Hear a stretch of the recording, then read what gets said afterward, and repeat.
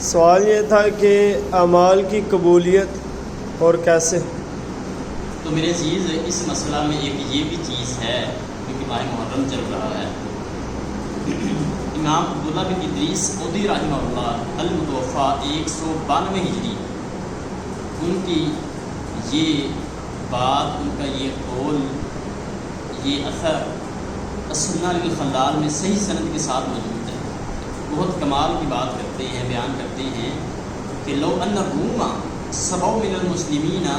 من الروم الى الحیلہ، کہ اگر رومی لوگ روم سے حیلہ تک کے سارے مسلمانوں کو قیدی بنا لیں، ثم ردهم رجل فی قلبہ شیء من اصحاب محمد صلی اللہ علیہ وسلم، پھر ان میں سے ایک ایسا آدمی اٹھے جو ان سبھی مسلمان قیدیوں کو آزاد کرتے کہ جس کے دل میں اصحاب محمد کے بارے میں بغض ہے، وہ فرماتے ہیں ما قابل اللہ منہ ذالک، تو اللہ تب بھی اس آدمی سے یہ نیکی قبول نہیں فرمائے۔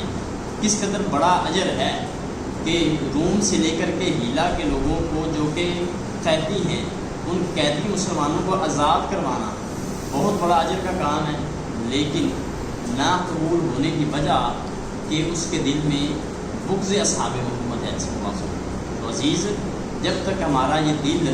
پاک اور صاف نہیں ہوگا بغض سے، حسد سے، اناد سے اور باہمی تفرقات سے اور مجادلہ سے اور محاسمہ سے، تب تک